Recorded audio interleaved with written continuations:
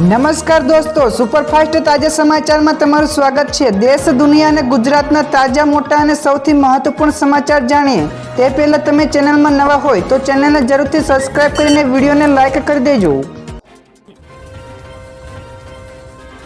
સૌથી પહેલા દોસ્તો આપણે વાત કરીએ તો અંબાલાલ પટેલની નવી આગાહી સામે આવી છે। તો હજુ પણ વરસાદ શરૂ રહેશે। તો છેલ્લા એક અઠવાડિયા કરતાં વધારે સમયથી મેઘરાજા ગુજરાતને ધમરોળી રહ્યા છે। તો તેવામાં હવામાન નિષ્ણાત અંબાલાલ પટેલે પણ કહ્યું છે કે હજુ પણ ગુજરાતમાં થોડા દિવસો વરસાદ શરૂ રહેશે। તો ખાસ કરીને 2 થી લઈને 10 સપ્ટેમ્બર દરમિયાન રાજ્યના વિવિધ વિસ્તારોમાં વરસાદી ઝાપટા શરૂ રહેશે। તો જેનું કારણ બંગાળની ખાડીમાં સર્જાયેલી સિસ્ટમ હશે, એટલે કે હજુ પણ આગામી 15 દિવસ સુધી રાજ્યમાં વરસાદી માહોલ રહે તેવી શક્યતાઓ છે। બીજા સૌથી મોટા સમાચાર સામે આવ્યા છે। ભૂપેન્દ્ર પટેલે પૂરગ્રસ્ત જામનગરનું હવાઈ નિરીક્ષણ કર્યું છે। જ્યાં દોસ્તો અતિવૃષ્ટિના કારણે જામનગર શહેર અને જિલ્લાઓમાં જળબંબાકારની સ્થિતિ સર્જાઈ છે। તો રાહત કામગીરી વચ્ચે ગઈકાલે રાજ્યના મુખ્યમંત્રી ભૂપેન્દ્ર પટેલે જામનગર પહોંચ્યા હતા। ત્યાં પૂરની સમીક્ષા બેઠક બાદ તેમણે હેલિકોપ્ટર મારફતે પૂરગ્રસ્ત વિસ્તારોનું હવાઈ નિરીક્ષણ કર્યું હતું, જેનો વિડીયો પણ સામે આવ્યો છે। આગળ દોસ્તો વધુ એક સૌથી મોટા સમાચાર મળ્યા છે। ફરી એકવાર 3 વરસાદી સિસ્ટમ થઈ સક્રિય। તો હવામાન વિભાગની આગાહી પ્રમાણે આજે કચ્છ, મોરબી, જામનગર, પોરબંદર, દ્વારકા, જૂનાગઢ, રાજકોટમાં વરસાદને લઈને રેડ એલર્ટ અપાયું છે। તો ગીર સોમનાથમાં ભારે વરસાદને લઈને ઓરેન્જ એલર્ટ તેમજ સુરેન્દ્રનગર, બોટાદ, અમરેલી, ભાવનગરમાં વરસાદને લઈને યલો એલર્ટ આપવામાં આવ્યું છે। તો ડીપ ડિપ્રેશન, ઓફશોર ટ્રફ અને મોન્સૂન ટ્રફના લીધે સૌરાષ્ટ્રના અમુક જિલ્લાઓ તેમજ કચ્છમાં રેડ એલર્ટ સાથે અત્યંત ભારે વરસાદની આગાહી કરાઈ છે। તો દોસ્તો તમારા વિસ્તારમાં પણ હજુ પણ વરસાદની જરૂર છે કે નહીં, ફટાફટ નીચે અમને કોમેન્ટમાં જણાવજો। તો દોસ્તો ફટાફટ આગળના બીજા સમાચારની વાત કરવામાં આવે તો બિપોરજોય અને તોકતે કરતાં પણ વધુ ભયાનક વાવાઝોડું ગુજરાતમાં છે। જ્યાં દોસ્તો મધ્યપ્રદેશથી ગુજરાત પહોંચેલું ડીપ ડિપ્રેશન હવે ભયંકર સાયક્લોનમાં ફેરવાશે। તો 80 કિલોમીટરથી 85 કિલોમીટરની ઝડપે પવન પણ ફૂંકાવાની વચ્ચે ગુજરાતમાં કચ્છમાં સાયક્લોનની આંખ બની રહી છે।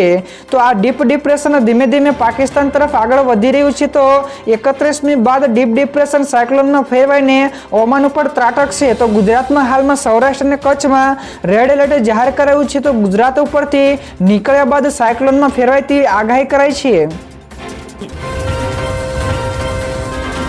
તો દોસ્તો બીજા સૌથી મહત્વપૂર્ણ સમાચાર સામે આવ્યા છે। 234 શહેરોમાં નવા ખાનગી FM રેડિયો શરૂ કરવાની સરકારની મંજૂરી છે। જ્યાં દોસ્તો દેશમાં ખાનગી FM ચેનલોની વધતી જતી લોકપ્રિયતાને ધ્યાનમાં રાખીને પીએમ નરેન્દ્ર મોદીની અધ્યક્ષતામાં કેન્દ્રીય મંત્રીમંડળે ખાનગી FM રેડિયોના પ્રથમ તબક્કાની નીતિ અંતર્ગત ₹784.87 કરોડની અંદાજિત અનામત કિંમતો સાથે 234 નવા શહેરોમાં 730 જેટલી ચેનલો માટે આરોહણને ઇલેક્ટ્રોનિક રાજ્યની ત્રીજી બેન્ચ હાથ ધરવાની દરખાસ્તને મંજૂરી આપી છે। તો જેમાં ઘણા બધા મહત્વાકાંક્ષી FWA અસરગ્રસ્ત અને સરહદી વિસ્તારો સામેલ છે। આગળ દોસ્તો વધુ એક સૌથી મહત્વપૂર્ણ સમાચાર સામે આવ્યા છે। IMD એટલે કે ભારતીય હવામાન વિભાગે આજે પણ રાજ્યોમાં ભારે વરસાદનું એલર્ટ અપાયું છે। જેમાં ગુજરાત, ઉત્તરાખંડ અને હિમાચલ પ્રદેશમાં વરસાદના કારણે સ્થિતિ ખરાબ છે। તો અનેક જગ્યાએ પૂર અને ભૂસ્ખલન પણ થયા છે। તો તે દરમિયાન હવામાન વિભાગે IMDએ આજે ગુજરાત, ઓડિશા, છત્તીસગઢ, મહારાષ્ટ્ર, ગોવા, આસામ, મેઘાલય, નાગાલેન્ડ, મણિપુર, મિઝોરમ, ત્રિપુરા, ઝારખંડ, કેરળ, કર્ણાટક, આંધ્રપ્રદેશ, જમ્મુ અને કાશ્મીર, હિમાચલ પ્રદેશ, ઉત્તરાખંડ, પંજાબ, હરિયાણા, ચંદીગઢ, ઉત્તર પ્રદેશ અને રાજસ્થાનમાં ભારે વરસાદનું એલર્ટ જારી કરવામાં આવ્યું છે। તો દોસ્તો ત્યારબાદ ઝડપથી બીજા સમાચારની વાત કરવામાં આવે તો ચોખાની અછતનો સામનો કરી રહ્યું છે જાપાન દેશ। જ્યાં દોસ્તો જાપાનમાં ધરતીકંપ અને વાવાઝોડાના ભયને કારણે તેમજ ઓબોનને લઈને અઠવાડિયાની રજાના કારણે દેશમાં લોકોએ ગભરાટમાં ખરીદીનો આશરો લીધો છે, જેના કારણે બજારમાં ચોખાની અછત સર્જાય છે। તો આવી સ્થિતિમાં સરકારે લોકોને ગભરાટમાં ખરીદી ન કરવાની અપીલ કરી છે। તેમજ ગરમ હવામાન અને પાણીની અછતના કારણે ચોખાનું ઉત્પાદન પણ સારું થયું નથી, જેના કારણે ચોખાની અછત સર્જાય છે। ત્યાર પછી દોસ્તો બીજા સૌથી મોટા સમાચાર સામે આવ્યા છે 6456 કરોડના 3 જેટલા રેલવે પ્રોજેક્ટને મંજૂરી। જ્યાં દોસ્તો કેન્દ્ર સરકાર દ્વારા 6456 કરોડના 3 જેટલા રેલવે પ્રોજેક્ટને મંજૂરી આપી દેવામાં આવી છે। તો આર્થિક બાબતોની કેબિનેટ સમિતિએ ગઈકાલે આ મંજૂરી આપી હતી, જેમાં 2 નવી રેલવે લાઇન અને મલ્ટી ટ્રેકિંગ પ્રોજેક્ટનો સમાવેશ થાય છે। તો આ પ્રોજેક્ટ ઓડિશા, ઝારખંડ, પશ્ચિમ બંગાળ અને છત્તીસગઢને આવરી લેશે। તો આ 4 રાજ્યોના 7 જેટલા જિલ્લાઓને પણ આવરી લેતા પ્રોજેક્ટ ભારતીય રેલવેના હાલના નેટવર્કમાં અંદાજે 300 કિલોમીટરનો ઉમેરો પણ કરશે।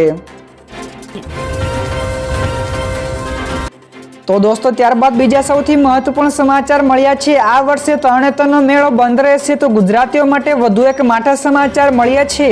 તો દોસ્તો આ વર્ષે વિશ્વ પ્રસિદ્ધ તરણેતરનો મેળો બંધ રાખવાનો છે। તો તરણેતર ગ્રામ પંચાયત દ્વારા ગઈકાલે એક મીટિંગ મળી હતી, જેમાં આ મેળોને બંધ રાખવા માટેનો ઠરાવ કરેલ છે અને તેની જાણ પણ જિલ્લા કલેક્ટરને પત્ર દ્વારા મોકલી આપેલ છે। તો કારણ કે લોકમેળાના આવનાર લોકોને ખૂબ જ મુશ્કેલીઓનો સામનો કરવો પડે તેમજ આકસ્મિક આફતો સર્જાય તેવા ઉલ્લેખ પણ કરવામાં આવ્યા હતા।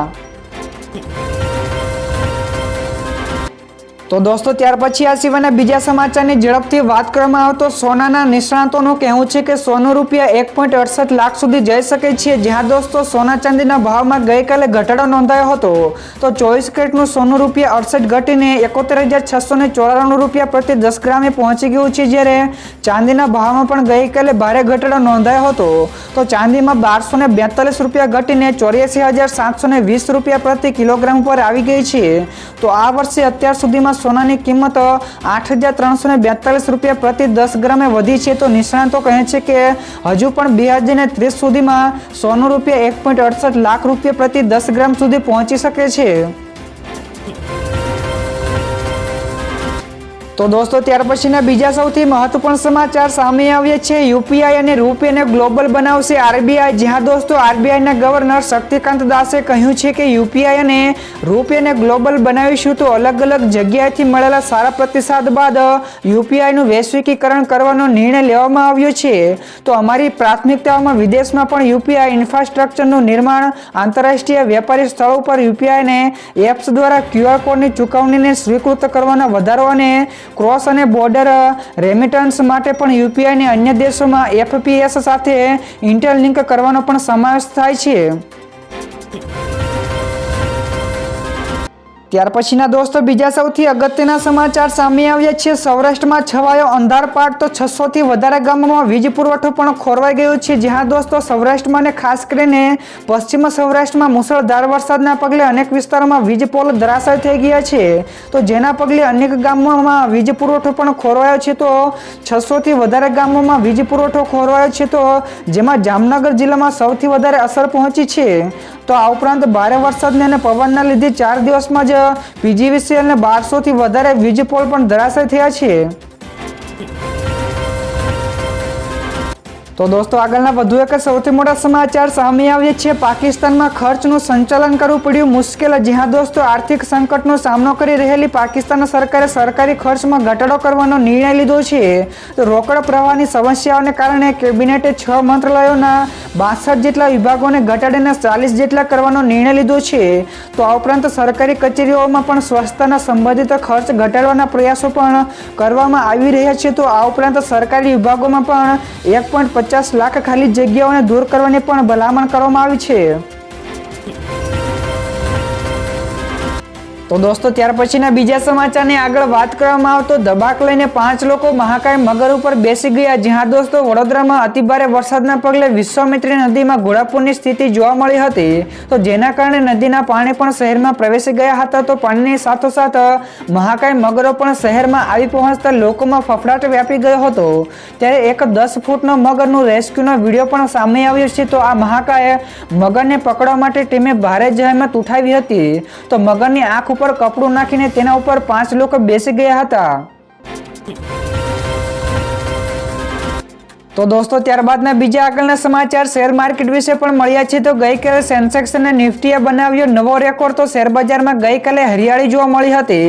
તો સેન્સેક્સ 82,285 અને નિફ્ટીએ 25,192 ની સપાટીએ નવો ઓલ ટાઈમ હાઈ બનાવ્યો હતો.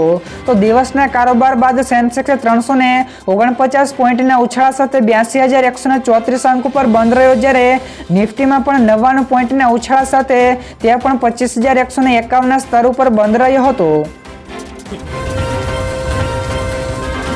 તો દોસ્તો ત્યાર પછીના બીજા સૌથી મોટા સમાચાર મળ્યા છે. હાઈકોર્ટે કહ્યું કે વિકાસની સાથોસાથ યોગ્ય પ્લાનિંગ પણ જરૂરી છે. જ્યાં દોસ્તો ગઈકાલે ફરી એકવાર ગુજરાત હાઈકોર્ટમાં ખરાબ રોડ તેમજ ટ્રાફિકના મુદ્દે સુનાવણી થઈ છે. તો જેમાં સરકારના 2 વિભાગના સેક્રેટરી પણ હાજર રહ્યા હતા. તો કોર્ટે ગઈકાલે વિશેષમાં કહ્યું હતું કે આ બધી સમસ્યાની ફરિયાદ માટે રાજ્યમાં રાજ્યવ્યાપી હેલ્પલાઇન નંબર અને એક વેબસાઇટ હોવી જોઈએ. તો આની સાથે જ કોર્ટે કહ્યું હતું કે અમદાવાદમાં 11 ઇંચ વરસાદમાં બધું જ સ્પષ્ટ થઈ ગયું છે. તો વડોદરા અને અમદાવાદના જૂના વિસ્તારોમાં પાણી પણ નથી ભરાતા, એટલે કે વિકાસની સાથોસાથ યોગ્ય પ્લાનિંગ પણ જરૂરી છે.